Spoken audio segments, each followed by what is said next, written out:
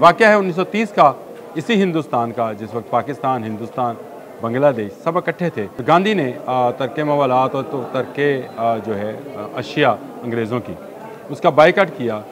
बड़ी ज़बरदस्त तहरीक चलाई। इसको डांडी मार्च भी कहते हैं, नमक मार्च भी कहते हैं और सिविल नाफरमानी की तहरीक भी कहते हैं। यहाँ का भी एक सियासतदान है जो ख़ुद को सबसे मकबूल सियासतदान कहता है और है, नाम उसका है मोहनचंद करमचंद इमरान गांधी। ये भी इनकी पॉलिसी जो है एक मरतबा फिर सिविल नाफरमानी की तरफ आ गई है। इनकी ये तहरीक 3 वजूहात की बिना पर नाकाम होगी। इस वक्त पंजाब में मुस्लिम लीग नून की हुकूमत है और पंजाब में तहरीक इंसाफ तितर बितर है। जो बाकी बचे हैं वो किसी की कॉल पर अब बाहर आने वाले नहीं हैं। बिस्मिल्लाहिर्रहमानिर्रहीम। बोलते कालम के साथ मैं हूँ आमिर रज़ा खान। वो अपने मुल्क का सबसे बड़ा सियासतदान था और सबसे बड़ा सियासतदान होने के नाते सबसे ज़्यादा वोट उसको मिलते थे और उसने हुकूमत की पॉलिसियों के ख़िलाफ़ ऐलान जंग कर दिया और कहा कि मैं हुकूमत का सोशल बाइकाट कराऊंगा और अवाम जो है सिविल नाफरमानी करेगी। वाक़या है 1930 का, इसी हिंदुस्तान का जिस वक्त पाकिस्तान, हिंदुस्तान, बांग्लादेश सब इकट्ठे थे और ये सियासी शख्सियत थी करमचंद मोहनचंद गांधी। ये मोहनचंद करमचंद गांधी और गांधी ने तर्क मवालात और तो तर्क जो है अशिया अंग्रेज़ों की, उसका बाइकाट किया। बड़ी ज़बरदस्त तहरीक चलाई। इसको डांडी मार्च भी कहते हैं, नमक मार्च भी कहते हैं और सिविल नाफरमानी की तहरीक भी कहते हैं। गांधी की इस तहरीक से उम्मीद ये थी कि अंग्रेज़ घुटने टेक देगा और हिंदुस्तान छोड़ो की जो तहरीक है उसको बढ़ावा मिलेगा। लेकिन हुआ क्या? हुआ ये कि 60,000 के करीब कांग्रेसी थे वो पकड़े गए। खुद गांधी साहब भी गिरफ़्तार हो गए और अंग्रेज़ ने इस पूरी तंजीम को दबा लिया। लेकिन वो सिर्फ अंग्रेज़ अकेला नहीं था, उसमें इस वक्त का पाकिस्तान भी शामिल था। यानी उस वक्त के सूबे जो पंजाब, सिंध, खैबर पख्तूनख्वा, उस वक्त तो खैबर पख्तूनख्वा नहीं था, सूबा सरहद कहा जाता था इसको, क्योंकि 1905 में डिवीज़न हो गई थी तो उसको सूबा सरहद कहा जाता था और बलूचिस्तान है।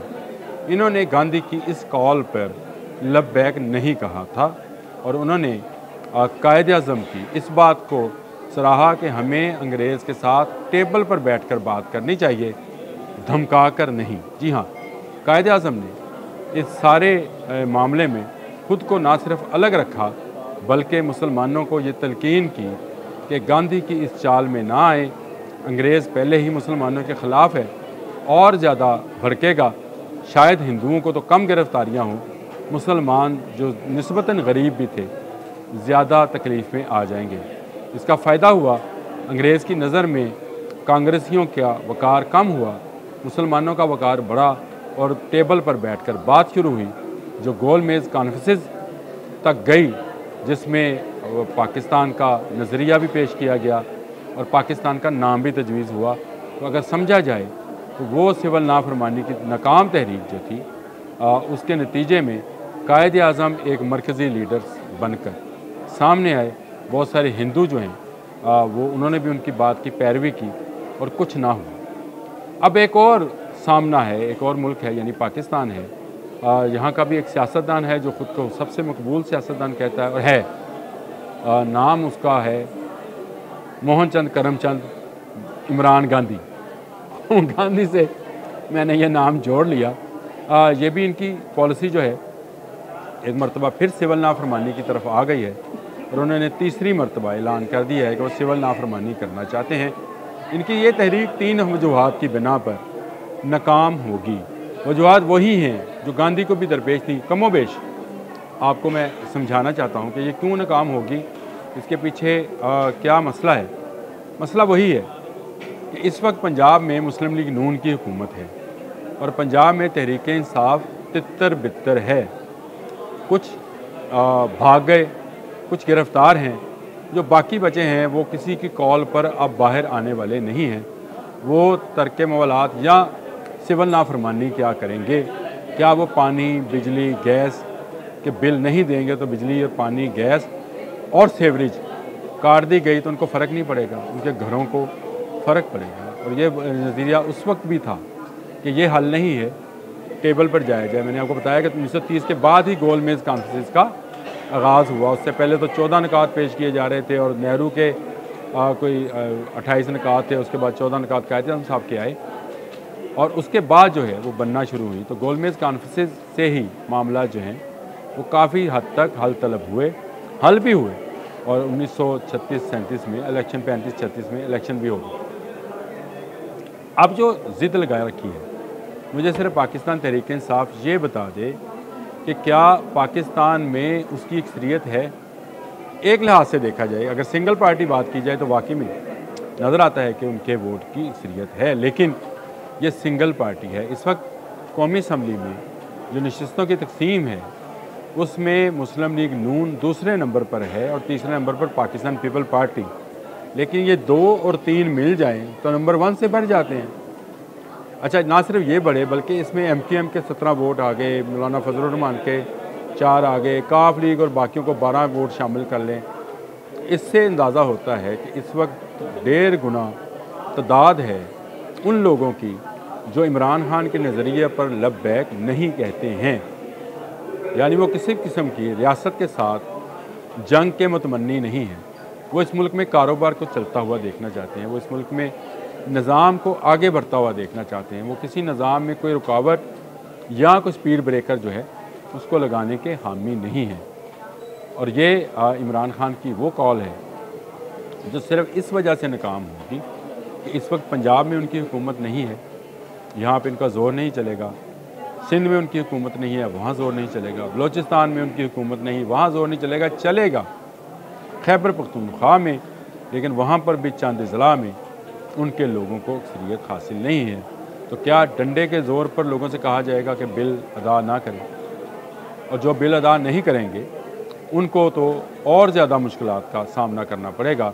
उनके लिए एक और मुश्किल जो है वो सामने आ जाएगी और उसके बाद वो किस मुँह से वफाक से अपना हक मांगेंगे, क्योंकि वो तो उसका बाइकाट कर चुके। तो क्या NRO लेने के लिए, क्या इस्टेब्लिशमेंट से अपनी रिहाई के लिए ये सारे इक़दाम किए जा रहे हैं? अगर किए जा रहे हैं तो ये एक नाकाम पॉलिसी है। ये 1930 में भी नाकाम थी, ये 14 दिसंबर के बाद भी नाकाम होगी। ये मैंने कल भी कहा था कि ये कोई तुर्क का पत्ता नहीं है, ये एक लॉलीपॉप है जिस पर लगाया जा रहा है लोगों को और बताया जा रहा है कि शायद इस तरह हुकूमत दबाव में आएगी। दुनिया की कोई हुकूमत इसमें दबाव में नहीं आती। अब आ जाए बैरून मुल्क मुकीम जो रेमिटेंसेस आते हैं उसमें क्या कमी आ जाएगी? क्या पहले जितनी मरतबा 2 मरतबा तो हो चुका, क्या कमी आई? ये एक गलत जो है शायद कैलकुलेशन है। कैलकुलेशन ये है कि बैरून मुल्क से लोग पाकिस्तान को सरमाया भेजते हैं, बैरून मुल्क से लोग पाकिस्तान में सरमाया भेजते हैं। इसको और में के दरमियान जो फ़र्क है उसको समझने की ज़रूरत है। जो लोग बाहर से कमाते हैं वो यहाँ पैसा सिर्फ इसलिए भेजते हैं ताकि उनके जो यहाँ अजीज़ व अक़ारब हैं वो पुरसकून ज़िंदगी गुजार सकें। कुछ ने जायदादें खरीदनी होती हैं, कुछ ने अपने वालिद का वालदा का इलाज कराना है, बहन की शादी है, भाई की नौकरी नहीं है, जो भी है, घर का ख़र्चा कैसे चलेगा, उसके लिए वो पैसे यहाँ भेजते हैं। ये बराए रास्त इसके बेनिफिशरी हैं। जो बिला वास्ता बेनिफिशरी है वो हुकूमत है कि उसके पास गैर मुल्की ज़र मुबादला आता है। तो क्या इस कॉल से जिन लोगों को बराह रास्त फ़ायदा होता था, अगर पैसा नहीं आता है तो वो क्या पाकिस्तान तहरीक इंसाफ के साथ देंगे? नहीं देंगे। वो नाराज़ होंगे क्योंकि उनके पास जो पैसा आ रहा था उससे उनका घर चल रहा था। इस बात को ज़रा कभी आप गौर से बैठ कर सोचें। जो रेमिटेंसेस वाला मामला है इसमें जो बराह रास्त कमाई, जो जिनको बराह रास्त फ़ायदा होता है उनका ज़्यादा नुकसान होता है। हुकूमत तो बाहर से पैसा ला रही है, हुकूमत तो IMF का कर्ज़ा ले लेगी हमें दिखाकर। हुकूमत तो ये कहेगी हम मांगने वाले नहीं हैं, मजबूरी है, सऊदी अरब से आ जाएगा, चीन से आ जाएगा। जो आपके घर वाले हैं उनके पास पैसा कहाँ से आएगा? तो ये तहरीक जो है ये नाकाम होने जा रही है। ये देनी नहीं चाहिए थी। मुझे एक लतीफ़ा याद आ गया, जो किसी दोस्त ने ऐसे ही जुमला बयान किया था। उसने कहा कि इमरान खान की क्या ज़िंदगी है, उसके सारे वकील असम्बलियों में हैं और ख़ुद जो उनका मुवक्किल है वो कैद में है। आप ज़रा गौर तो करें, ये जितने इस वक्त लीडर बने फिरते हैं तहरीक इंसाफ के, ये सब उसके वकील हैं। ये कभी नहीं चाहेंगे कि इमरान खान बाहर आए, ये तो चाहेंगे कि इमरान खान लंबी कैद में जाए। एक और लतीफ़ा सुना दूँ जाते जाते आपको, किसी ने दोस्त ने भेजा, उसने कहा कि उस पीर का कारोबार ज़्यादा चलता है जिसके पास मज़ार हो। अगे तुसी आप समझदार हो। अल्लाह हाफ़िज़।